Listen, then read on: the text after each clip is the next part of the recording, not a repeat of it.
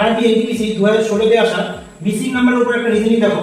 এখানে 3 5 8 13 22 আর এখানে চেয়েছে। রিজনিংটা একটু ভালো করে লক্ষ্য করলে দেখতে পারবে এখানে কিন্তু দুটো অপশন দিয়েছে, মানে এখানে এ অপশন যেটা আছে কিন্তু এই এ অপশন কিন্তু অপশন সি তে আছে। বুঝতে পারছো? মানে আমি যদি এখানে কোনো অ্যানসার না, আমি অ্যানসারটা মার্ক করার সময় কিন্তু খুব কেয়ারফুলি ভাবে এই জায়গাটা মার্ক করতে হবে, যেটা ম্যাক্সিমাম স্টুডেন্ট ভুল করেছিল পরীক্ষাগুলোতে। এটা করে নিয়ে যাবো। 3 এর থেকে 5 আসছে, আমরা পরিষ্কার বুঝতে পারছি 3 এর যদি ডবল করি 6 হয়, তাতে 1 যোগ করলে কি 5 আসছে। মানে 3 এর সাথে 2 গুণ করলে 6, তাতে 1 মাইনাস করলে হতে হতো 5। এখানে দেখো 5 গুণ 2 করলে 10, 10 থেকে 2 যোগ করলে 8 হচ্ছে। সেম ভাবে 8 এর সাথে 2 গুণ করলে 16, 16 এর সাথে 3 যোগ করলে হতে যায়। তাহলে 13 এর সাথে 2 গুণ করলে হবে 26, 26 এর থেকে 4 যোগ করলে হবে 22।